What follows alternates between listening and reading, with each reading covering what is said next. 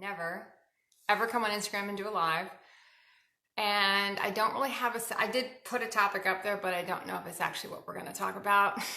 I'm open to other things. I feel like I've talked about both of these things pretty ad nauseum this week.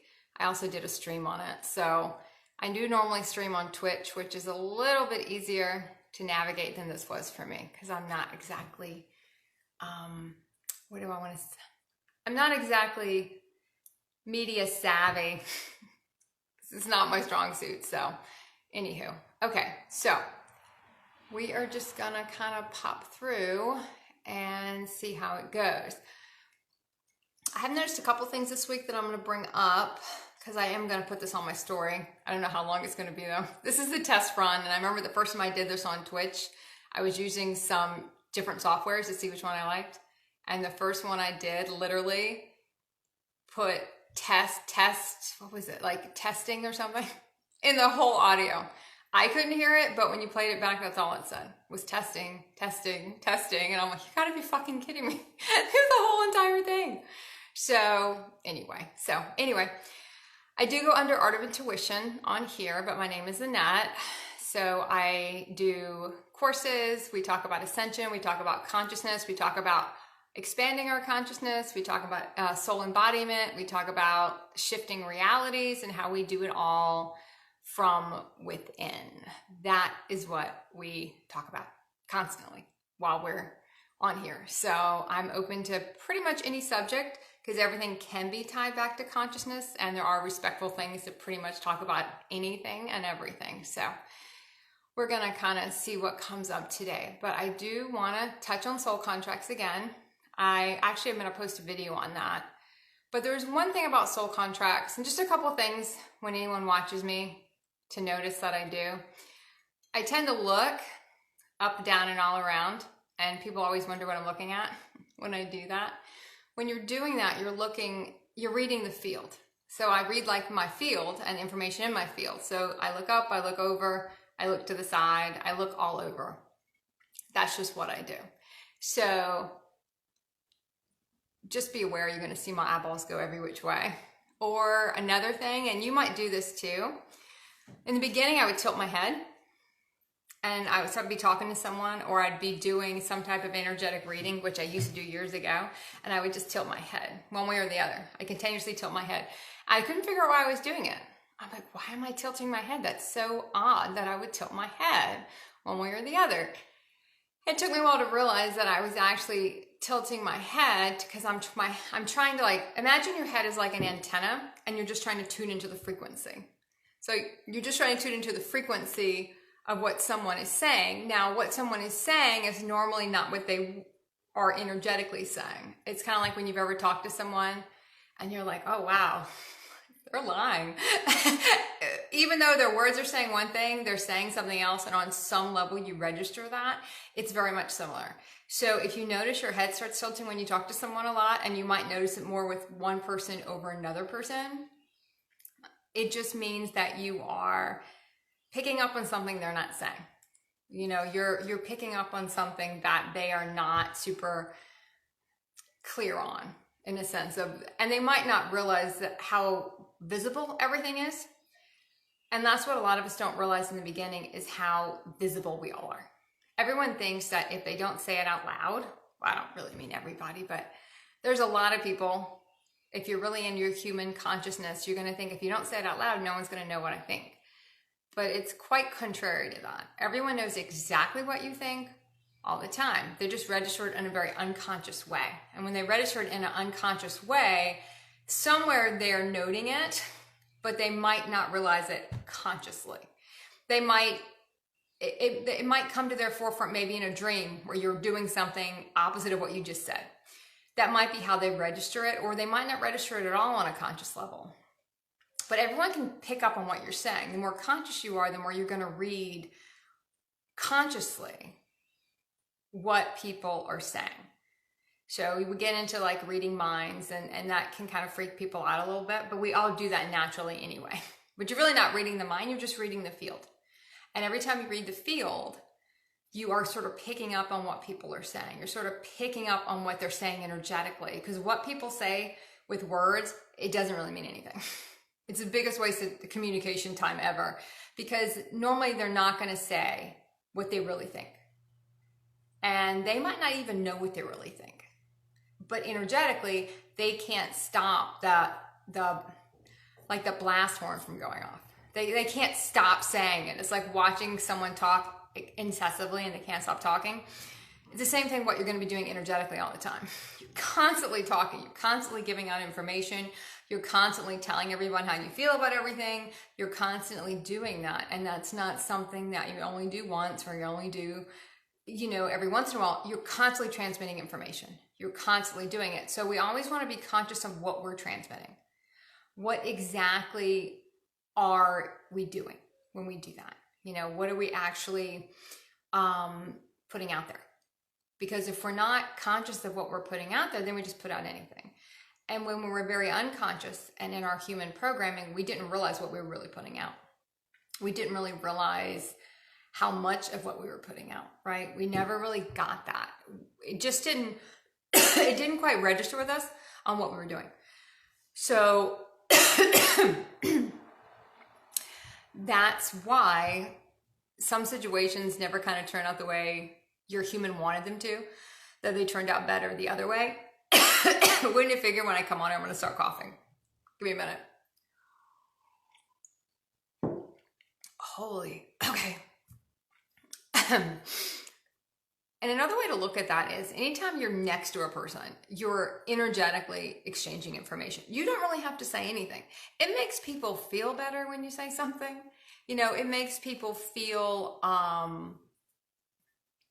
the human wants to hear words, right? Our human consciousness, that part of us wants someone to talk. But it's not where the information is. I always say, if you're using your brain to make a decision, you're using the wrong part, because the brain doesn't really do anything. Higher mind consciousness is where your decisions will eventually come from. Heart consciousness. Your brain doesn't do anything. All the brain does is keep the body working. It's not the place to make a choice. You also never want to make a choice when you're upset. Or when you feel forced into making a choice. Now, there's a couple of reasons we're going to be forced into making a choice. One, if we had set on something and just didn't make the choice, and we knew we had to and we put it off, and all of a sudden the reality collapses and we have to kind of make a choice right away. Or we're getting pressured into making a choice, and if you're ever getting pressured into making a choice and the first one doesn't apply, it's just not an aligned reality. Because if someone can't wait for you to take the time to make a decision, then the reality is not aligned. It's not aligned on a soul level. It's not aligned on a higher consciousness level. So it's just not in that place. Now, we could get into trying to align them. Do we try to align them? Do we leave them behind? It kind of depends on who's in the reality with you and if you think there's a capability of aligning it. I have found it's normally easier to start off with people in the vibration I'm currently in than try to align old stuff. I won't say it can't be aligned, but it's a more difficult thing to do if the people in the reality with you don't want to align it. And aligning a reality means you have to be very open and honest about what the reality is going to be. And anyone living in their human consciousness really is not going to like that. They're really not gonna like that type of thing. That's just not what they're gonna like. So just to be aware of that. Be aware that you're always transmitting. People always know what you're thinking. They just don't register it consciously. A majority of people. Some people might register it consciously. It depends on where they are in their connection, because it's all about your connection with yourself. You can't really connect with other people. You can only connect with other people as deeply as you've connected with yourself.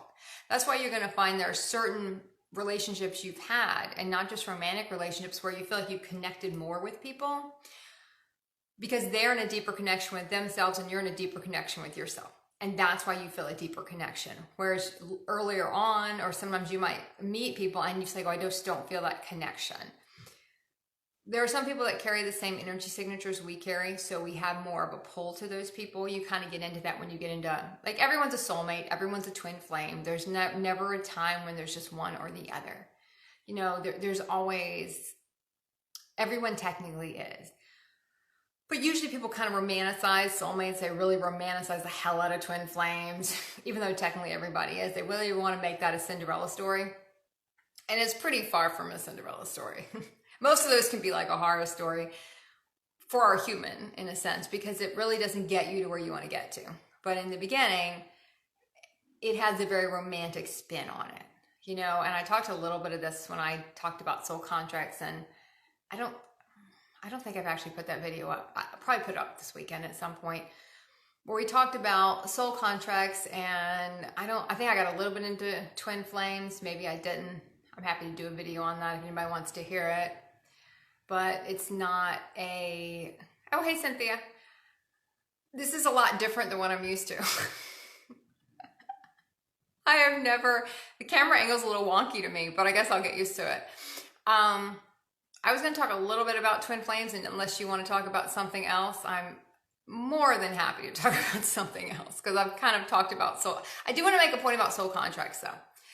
And one of the things about soul contracts I do want to make a point of. And I made, like I said, I don't think I posted this video, so it's not going to feel relevant now, but if you watch the video I'm going to post this weekend, it'll feel relevant. Where I said that a soul contract, your soul doesn't care about a human contract. You'll see a lot of people that might meet what they would call a twin flame, or someone they felt completely irresistible in a human sense, and they might lead marriages for these people. And I've seen that. I've known people to do that. And there's just always this kind of combative feel that why would something break up a marriage? And we kind of want to go into judgment on it. Anytime you're judging anything that you've done, you're human and your ego's judging that. It's not, your soul's never going to judge what you did, because technically that's what you agreed to do. You agreed to break that marriage up. Now, that was also done when you are not in a conscious place, because it does get to a point with soul contracts. And I meant to say this on the other video and I didn't say it, and I want to make it kind of clear, because you do have a responsibility. The more conscious you become and you understand your contracts, you might understand you're in a twin flame type of relationship. And that just basically means they have a very similar signature to you. You know, a lot of mine have always looked the same. It's been like the same energy, just kind of like a deeper form of the energy. Like it would help me work through deeper stuff. They bring up a lot of obsession energy. They bring up a lot of jealousy. They bring up a lot of worthiness. That is a massive one. A lot of times you'll attract a person that might be opposite of what you are working on. So if you're working on maybe abundance or worthiness, you might attract someone that is very maybe financially well off, or has a kind of a, is kind of the opposite, where they still might have an issue with worthiness, but they have a very overinflated value of themselves, but a human value. You know, where you can kind of tell when we're in our human consciousness, we try to be bigger by moving our body out. We spread our body out. You'll see a lot of guys do this. It's kind of like a power play. It's a very human power play to do it, where they'll spread out when they're setting down. And you'll see women do it too. You know, you'll do this with your arms. You'll just kind of spread out, because you're trying to take up more physical space. Now, that does not mean you're energetic. Usually when people are doing that, they're not energetically big in that moment. They're energetically small, so trying to overcompensate with like a bigger physical presence. So you can kind of almost watch yourself when you start going into any type of power move like that. You're trying to make yourself look bigger than you are. It's because you're energetic. Something's going on energetically where you're feeling kind of small. And I'll notice and catch myself when I start doing it, when I start putting my hands in, you know, by my side when I'm talking to a person. It means something's going on. You know, something's going on where I don't feel energetically as expanded. You'll see a lot of people call it kind of dimming down. You're kind of going a little small. You're kind of shrinking a little bit, like a shrinking violet. So your body is trying to overcompensate for that. So it starts to spread out more. It starts to get bigger.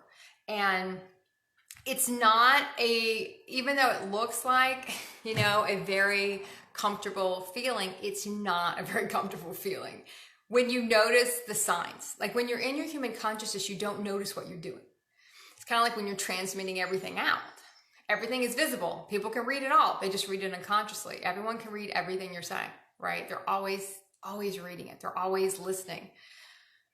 they just might not pick up on it consciously. So when you might see, like, if you are in one place in your life, you might attract a twin that looks like they're opposite, but they're going to help you work on, they might not have the exact same program running. Usually it's a flip of it, or it could be a distorted, it's more of a different version of it. Like if you're trying to clear narcissistic energy, you might attract a narcissist.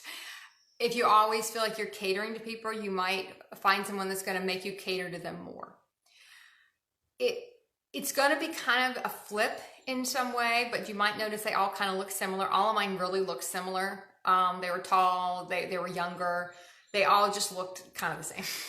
You almost get to the point, and we almost make it that way so we can pick them out easy.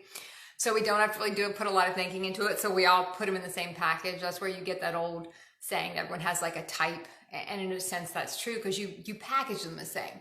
And you might notice when you package one a little different, that it might be a little different type of experience for you, because they don't exactly meet the mold of maybe your basic ones you used to go through, you know, so it's shifted a little bit. They don't look exactly the same. So you might know something's a little different. They might be a little older, as normally they were younger, or they might not be as tall, or they might not look like this. It's really not the physical stuff, but we do package them a certain way, and you'll probably see over time. It would always be funny to me when people would break up with a person and they introduced me to someone new, and they would almost look exactly like the other girlfriend or boyfriend, which I always thought was kind of funny, because it's like they couldn't see it. And they would be like a dead copy of them, you know. But usually we can't see it because we're in the program. And I talked a little bit about this the other day. You see a lot of stuff about twins. You know, you see a lot of it romanticized. You see a lot of it saying, oh, we only have one, which that's not true. You don't just have one. Like I said, technically everyone is a twin. You don't just have one twin. Everyone is a twin, and you will have many twins, okay? You're going to see how they morph. Anyone you've ever had a really deep connection with, they were a twin in some form. You might look back at different ones and go, yeah, that was two. And your connection with them might have changed over time, because like I said, you're only going to be able to connect as deep as you're connected within yourself. I always thought it was the other person I was more connected to. And I was like, oh, I had a better connection with that person, or I had a better connection with that person. I would kind of put it on that person. And in a way, it is some of that person, because they are more connected inside, but I was more connected inside too. That's why I would connect so much. And we get into this place, the more conscious we become, or we just kind of want to connect with people, and we start to struggle with that. Because other people you might meet, they don't have that connection inside, so you can only connect to a certain level. And it can be frustrating, or you feel like, and the other question I'll get about twins a lot is, do they know? Does the other person know they're a twin? Do they know, especially if you're really into that energy and you're clearing that whole, what they call like a twin matrix, where when you, like, so you know people that are in it because they romanticize the hell out of it. You know, they make it a Cinderella story. They make it this stuff. And normally twins aren't that. And I'm not saying you can't have some beautiful experiences with twins, because you can, and I have. But there's also the flip side to that, where they help you work through all of the tough stuff. And that's why they're there. Everyone you're in a relationship with is there to help you work through the tough stuff. That's why we have relationships. That's the only reason we have them. There would be no other reason to have them than just for them to work through the tough stuff. Like I said, they bring up obsession, jealousy, anger. Sometimes they can be the most unconscious parts of yourself. If you're really conscious, you might attract someone that's really unconscious in a sense. And that's not to judge where they are, just as like a comparison of where you might be. Now, they still represent an unconscious aspect of you. But to get back to my original point, I just wanted to give a little background on twins. So you'll see people who put a lot of stuff out about the whole twin, attract your twin and all that stuff. And people who are doing that are kind of in that matrix. So that information is assist people if you're in that place. Just know you're in the program. Because I know when the last twin I had, I would get so in the program, but I would get in it less and less. Like I might get in the program for like 2 weeks, whereas before I would wrap in the program for like 2 months. And when I say in the program, I just mean just trying to believe all the stuff. You give your power away. I always noticed I was softer with my twin than I was with other people. I would let him get away with more. You know, he could get away with a lot more than anybody else is going to get away with. You compromise more. A lot of times will kind of compromise on a soul level because you don't want to lose them. Because they do activate a feeling inside, but we attach that to that person. We attach it to like it's another part of you. They're not another part of you. They're just helping you discover that lost part of you in a sense, or that fragmented part of you, because it's really not lost. It's the feeling that's important. It's not really them. We just attach the feeling to them and say it's all them. It's really got nothing to do with them. You could put anybody in there and it doesn't matter. It's the feeling that they've activated. But you can get to that feeling without them. And normally what will happen is you get to the point where you can get it on your own. You don't need them anymore. They're not a twin anymore, technically. As soon as you can, it's kind of like when you look at everyone's a mirror. As soon as you can see how they mirror you, you have now stepped away from the mirror. They're no longer a mirror anymore because now you can see it. It's only a mirror if you can't see it. Once you can see it, they're no longer a mirror. Once you can see the program, the twin, what they're doing, and I don't mean that doing to you. You've agreed to have it done to you in a sense, and what they're helping you work through. They're technically no longer a twin anymore. And you kind of can back away from the mirror and go, okay, now really what do I want to do? Can this person stay in my life? Then you kind of transition to what they'll call more divine partnerships. And you get out of the twin stuff. But so when you see a lot of people in the twin stuff, they're in the twin stuff because that's the program they're clearing. They're just in the middle of it clearing it. It's kind of like they might be doing some conscious acts, but still from an unconscious program. It's kind of like when people speak up against something that they feel is unjust. It's still it's a conscious act they're doing. It's just from an unconscious place. So when you're dealing with twins, and anyone who has dealt with twins, and anyone who will, everyone has them at some point, and everyone deals with them at some point. Just remember is probably not the word. Look at where you go small around them. Look at where you go soft around them. Look at how your demeanor changes. Look at where you put them up on a pedestal. And this is what I would do. I would put mine up on a pedestal. He could do whatever he wanted. But no one else could do that. But I would put him up on a pedestal. He got away with everything. They're more important than the other person. They're more important than anybody else. And when we're starting to put anybody, we're more important than anybody else, because technically everyone, the more conscious you become, you realize everyone's the same. There's nobody more important than anybody else. Everyone is just as important. And that is one of the big revelations. So when we start putting someone up on a pedestal a little bit, we start putting someone up, then realize that we got something going on.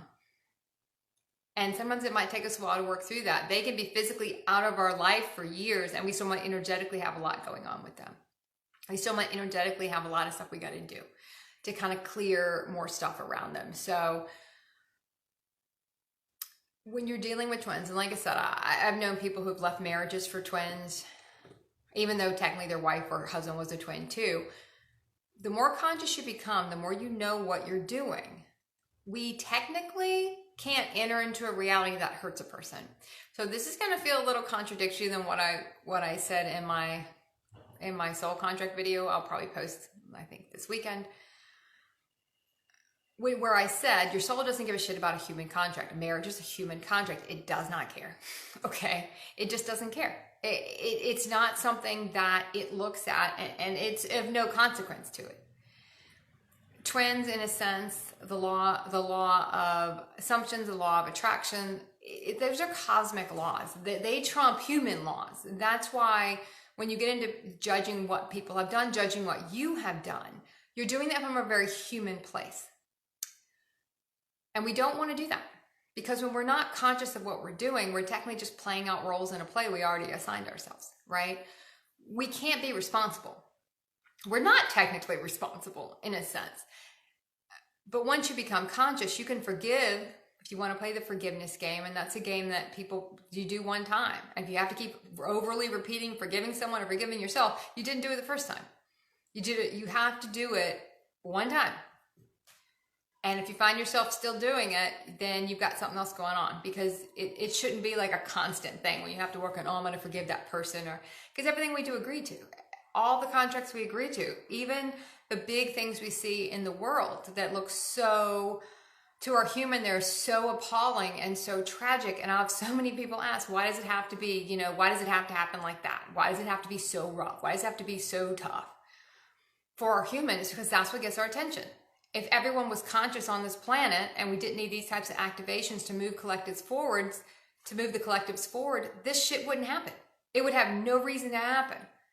These people are also in contracts to do what they just said they were going to do to the people they said they were going to do it to. It was all a contract, all prearranged, all pre-approved, all agreed to. Now, you know, humanity sees that, different collectives see that, and then they want to persecute. You know, they're going to clear persecution energy. They're going to clear anger. They're going to clear outrage. They're going to become outraged. They might speak up where they wouldn't before. Pushes those collectives forward to stand more in their power. But that's what it was supposed to do. That and a zillion other things. It pushes all these collectives forward to move forward. And if these certain things don't happen in these certain ways, it doesn't bother us anymore. Certain things just don't bother us. Certain segments of the population, when we see stuff happening to them, it bothers us. That's why it's normally those sectors, because that's what gets to us. All this stuff stops when everyone on the planet gets to a certain level of consciousness, responsible for what they're doing, responsible for what they're transmitting out. And when you become conscious, you can't enter into these types of things anymore. And that would include getting into a reality where you know it's going to hurt a person intentionally. Now, you're going to get in a lot of realities where you might have to close them out and someone's feelings might get hurt because you have to close out the reality. And that's sort of a different thing. But that doesn't mean we don't care about how the person truly feels. You know, as humans, we don't really give a shit about how anybody feels. We say we do, but we really don't. We're still going to do what we want to do. We really don't care about the other people in the reality. We just care what we think, right? We don't really look at how other people fit into the reality. We truly just don't care. And we especially don't care about people we don't really know. You might have a little bit of caring about someone you know, but it's still caring from a selfish place because you know them. There's a little more guilt that that's going to trigger because you have some type of relationship with them. Or if it's someone you don't know, you don't carry any of that. You know, that doesn't really happen. You don't carry any of that guilt with that. So you're going to find that when the more conscious you become, these realities become a lot trickier because you can see what you're setting up. You can see the energy that everyone's coming from. You can see how everyone might have a different agenda. And that's a big thing. If everyone has a different agenda, we're entering into a reality and we can't line up, there's no point to have the reality. All of a sudden, where a human shows up to use people, which is what we all did, we all showed up to use people when we're in our human consciousness. When you're in a higher consciousness, you show up for a purpose. And if you can't figure out the purpose, or if everyone has a different purpose, you're not going to be able to line the reality up. I don't care how conscious everybody is. If I have someone in the reality and they want to go do this, and my mission, soul plan is to go do this, how is that going to align? But as humans, we try to make it align. You know, we try to bring it all together because I was friends with this person or whatever. And we try to commingle it. We get a lot of cords around it. We try to get it to where it's going to align. It's never going to align when everyone's on a different page with what they want to do. And I know I had a business partner years ago where we were just on such different pages in such different places that it wasn't going to align. And it was almost heartbreaking because she felt such a strong galactic family. And you know, we're going to have soul family, we have galactic family. I always say your galactic family is normally family you can't be around that much. You can kind of come together to do something and then you kind of go apart because you can't exist too much with them because it's too much of the galactic races and there's too much in our other existences about everyone's warring and everyone's fighting. So unless you have a very similar galactic pattern, species that you have a stronger, and I really usually don't get into the galactic stuff, so I'm going to touch on it for a bit, but it's normally not the stuff I too get into, even though I have worked with my galactic stuff a lot last year and still some this year.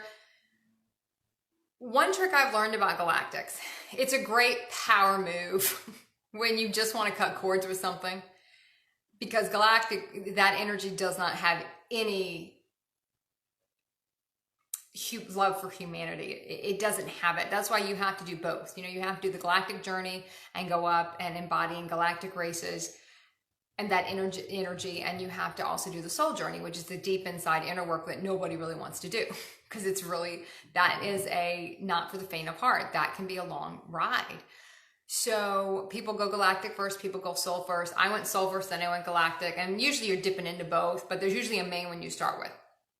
But you will find the galactic, you get into galactic intelligence. It's a kind of a beautiful place to be because it's so different from the soul work, and you kind of get a breather from all that deep work. And you get to just kind of really have a detachment around everything. Because unless you've done the soul work too, you don't have the love for humanity to kind of bring you back. So you'll find when you're in your galactic stuff, it's a very detached feeling. But if you've done the soul work, you're going to have that love for humanity to kind of embody that into. So it's going to be a kind of a different feel when you merge them all together. But when you do need to bring out your power, a lot of people will call on their galactic aspect. And a lot of people will kind of remember a galactic name. And that's kind of a super fun game to play. And what I've started doing is talking to people's galactic aspects, which this is going to be a little meta for a lot of people. But if I want to talk to someone's higher aspect, I'll usually ask for their galactic name. And if I can get their galactic name, I can feel that, then I know that it's not that far away, because no matter how, even if someone's in their human consciousness, they're still going to flash into other aspects.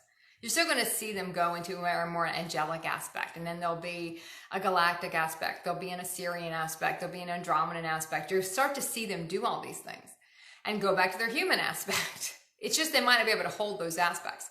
And you're going to find that about twins, because when you first meet a twin, everyone's always like, oh, the lights were flickering and it was moonlight and it was beautiful, because you see their soul first, because it's that strong of a connection in that moment, because your signatures are so similar that's what you see. And they're beautiful.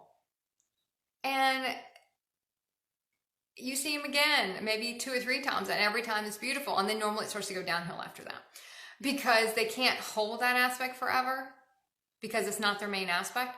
They haven't embodied in the other one, so they can hit them for short periods of time and they'll flash them, but they can't 100% be that all the time, because that's not what they are. Not at the core yet. That's not, technically it is what they are, but it's not what they're going to show you. It's not where they're going to live from.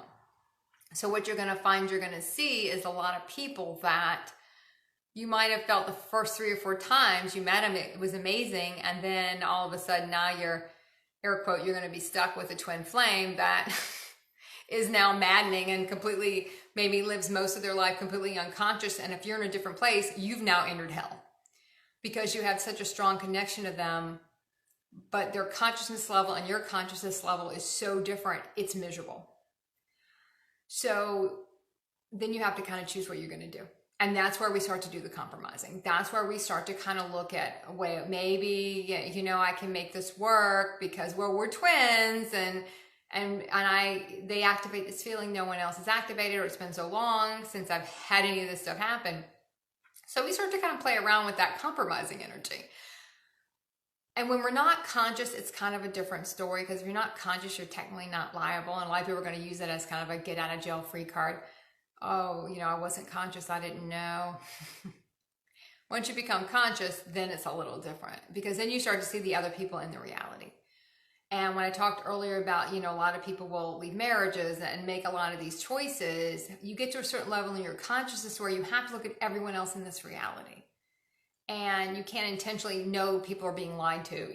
You have to live from a different place in that sense. So yes, we might have a contract. Yes, we might have had this contract, but I technically cannot enter into a reality that's intentionally going to hurt a person, because that's what humans do. That's not what higher selves do. That's not what our higher aspects do. It's just not what we do. So it will flip after a while. And you can't use it was a soul contract, which is kind of going to sound contradictory, because I started this out saying if it's a contract, it's a contract. And that is true. But it does flip at a certain point where you really have to look at everyone in the reality and say, can I really enter into this? Knowing people are going to get hurt in this reality. Now, going back to just the other point, a lot of times we close out realities where people get their feelings hurt because it didn't go the way they wanted it to go. That's a little different. If we've been open and honest about everything and why the reality is not aligned and what we can do to align it, and if the person still doesn't want to do that, then we might still have to close out the reality and their feelings can be hurt. but we do understand and we care that their feelings are hurt, but we still might not be able to stay in the reality. Those are kind of I say they're two different things, but a lot of times these things kind of mesh together. And when we start to deal with relationships and aligning relationships, it is the hardest thing we're going to do. Because we have to do them from a place that a lot of people that we're in relationships with currently might not function from, especially when you're trying to bring people with you, which I've seen some people do it. I've seen some people, it doesn't make it. The relationships don't make it. None of mine made it. Most of mine just kind of fizzled out over time. No, I was not in a marriage at the time. I have known people that are going through ascension processes and their partners are not. And I've seen that through different consciousness groups I'm in, and they've learned.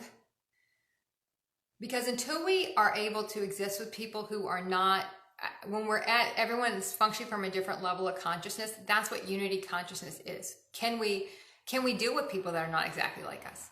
You know, can we live with people that aren't exactly about us and understand and not try to energetically impose what we feel, energetically impose what we think, respect everyone in the reality. There are parts of the process when we're doing that and seeing, can we live like this with people who aren't like me? You know, can we exist together? Can we all respect each other? There is a part of the journey where you're going to do that. And then there's going to be a part where you have to kind of decide, especially if you're carrying all the water in the reality.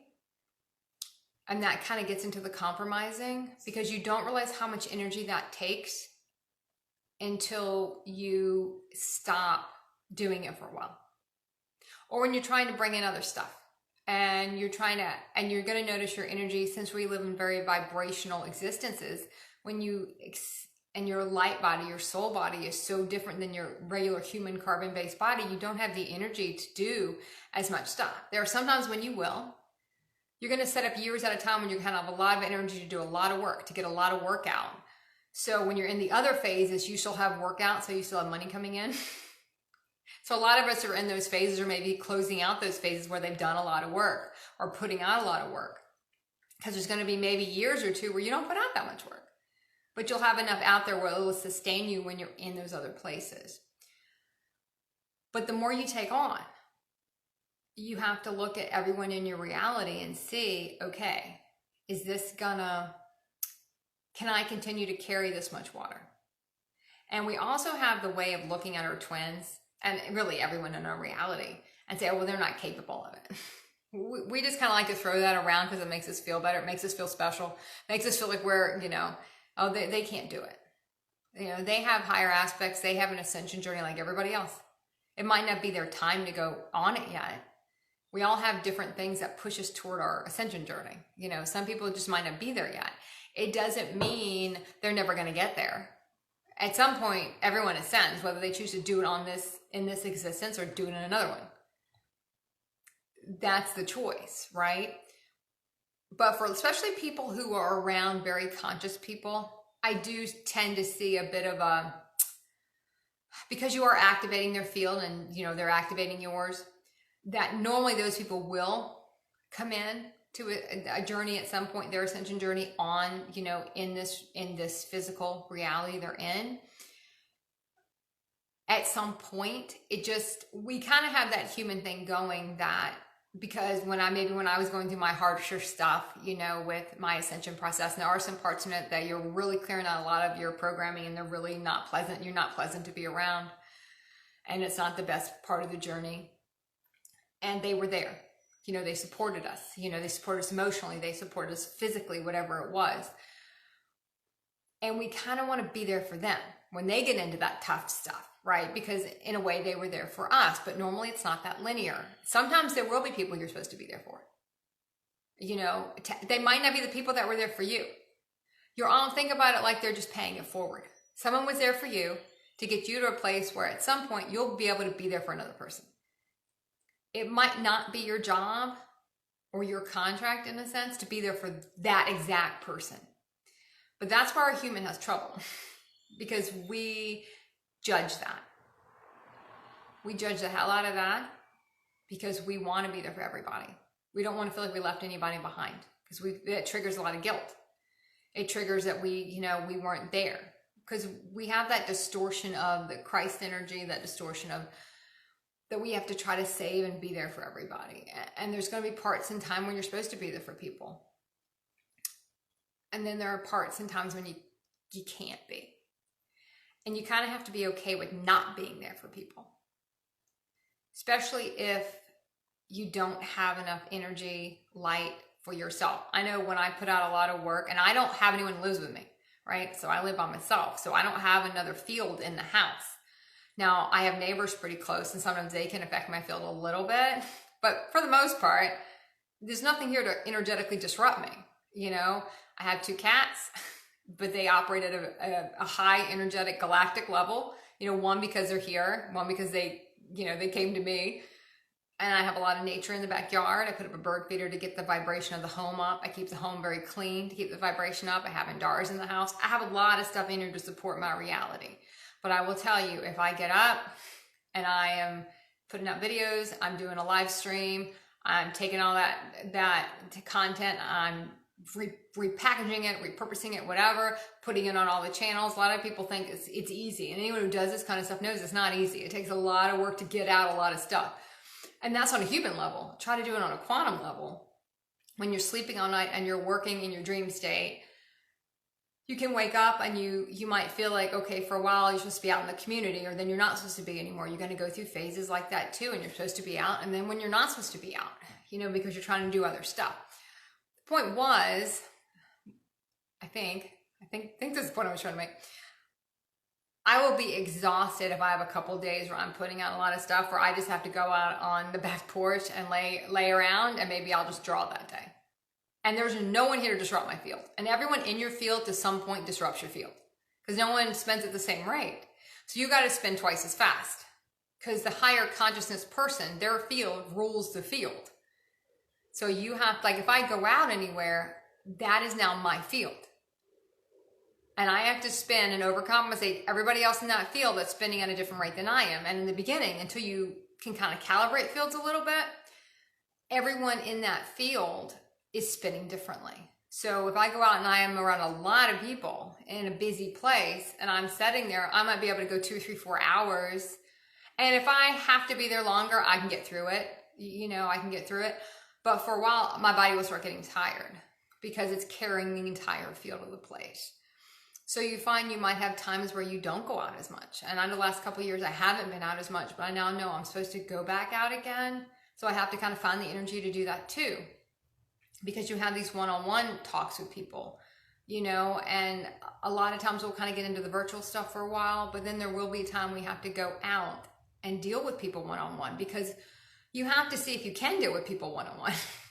It's a lot more difficult to deal with people one-on-one than dealing with people online. That's kind of the easy, it's a lot of work, but dealing with people one-on-one, when someone's talking about something and they ask your opinion on something, because I don't give an opinion unless someone asks me. I don't even bring up anything, because I know I'm supposed to be in certain places and set with certain people, but my field does everything. I don't have to say anything unless somebody wants to talk to me, and then that's fine. But in general, I don't. So start to look at your energy level. Look at when you're tired. Look at what you're doing to get tired. And if you have other people in your field, it's gonna drain you more. Certain times more than other times. So you have to be, when you're living with people, you really have to make sure you're taking time to yourself, and get away from that. Couples, sometimes I'll tell them to sleep alone, because you can't clear your field with somebody in your field. So you sleep in separate beds, because then you can kind of clear your field when you're by yourself. But it is one of those things where you have to be aware of how you're feeling, and don't judge how you're feeling. It's not a personal thing. I've talked to a couple, the couples I've talked to about this, it's so funny because one always takes it personal. When I'll tell them to sleep in a different room, and the one person said, well, that's going to hurt their feelings. It's not a personal thing. It's one of those things, it's not personal, but it's completely personal. It's not personal, meant to hurt your feelings, but personally, I can't clear when you're in my field. So personally, it is about you, but don't take that personally, because it's not, It's not in malice. It's not because I don't really care about you and love you in a very deep way. It's just that you in my field, I can't do it. My field takes precedence. You know, my vibration takes precedence because you can't create the realities you want to create when your vibration is drained and it's lower and it's dipping because you're trying to keep everything the way it was when you were in a human-based body and your body was more carbon-based. And when you were in a human consciousness, we think we can take higher consciousness and plug it into our old realities and it's going to work. It doesn't work. Trust me, I tried to do it. It doesn't work like that. It's two totally different things. That's why it gets tough for a human to have to let everything go. Because it's what we thought we were doing this for. You know, we thought in the beginning we're doing this to support our life, just being happy with what we do, but being to support our old life. And then there comes a flip when you realize you're not going to support your old life. You're going to have an amazing existence. Don't get me wrong. You're going to be in places that were a lot nicer than the places you were in. They'll fit better. They'll vibrationally fit better. You start to understand why you're there. You start to understand all of it. But it's not going to look like you thought it was going to look. And it's not a plug and play. You know, you don't take something and plug it in somewhere else. It's not like that. Doesn't work like that. And in the beginning, that's tough. In the middle, that's tough. All around this journey, which the journey never ends, you're always clearing. Just gets easier to clear. It's not easy because all you can see are all the things, and for a while, all you can see is all the things that are gone. You can't even see all the new stuff yet because it can feel like it takes so long for it to come. So that's where you have to be very, very patient on what you're calling forth, what you're trying to bring in, and making sure it's highest aligned, not human aligned. Because a lot of people will do stuff and it's human aligned and it'll come in. It's a frequency to something. Everything we've ever called in, it matches something we're giving off or couldn't come in, right? It just might be a match to an unconscious program we're trying to clear. You know, I see a lot of people who will work with law of assumption or the secret and the law of attraction type of stuff. Just because you're calling it forth and you get it, it doesn't mean it's highest aligned. It's aligned to something you're giving off, but you might say, I want that reality with that person, and enter into that reality, and this is a complete shit show. But that's what your human wanted, so you had to go through the experience. The more conscious you become, you might see that reality come in, understanding it might be a vibrational match of something you're giving off, or something you had given off at some point. Sometimes people come back to test us to see if we'll go back there again. You know, will I compromise again? Will I go back into this old reality again? And we kind of have to look and go, you know what? I think I'm going to pass. It's a hard pass on that because I've been through this shit show before, and we're just going to not go through it again because I know where it ends. You can see the energetics of where it begins, and you know where it ends. And there's not like you have to take a lot of time to figure out, oh boy, you know, what could happen here? You can see what can happen here. If it's unconscious, it's going to collapse. If it's karmic, it's going to collapse. It might take a while, but it will collapse. So we start to not enter into things that are going to collapse because there's no point to doing that. There's no basis for that. So I don't even know how long, what time is it? Oh, I've been going for a little while. It was a little late. All right. Cynthia, do you have anything you would like a question answered on, or anything else you want to talk about? Because I will admit that this was kind of fun. Even though you're going to have to show me how to do different camera angles at some point. I don't really love this angle very much, but I don't know if there's a different way to do it. So yeah. Oh, you're welcome. So I'm gonna try to now stop this and figure out how to actually save it and put it up somewhere on Instagram. But it was kind of fun, though. Do you normally schedule yours, or do you just go on whenever? I was just kind of curious about that. Because I don't know how many people do live videos. I don't see that many people, I guess, doing, but maybe I'm not on Instagram that much. I just kind of get on to post stuff, look at a couple things and get off. I don't play too much on social media in general. Oh, okay. Okay, go on whenever. All right, well, thank you for joining, and I think that hopefully this will assist someone who will listen to this. And I will sign off now. All right, bye-bye.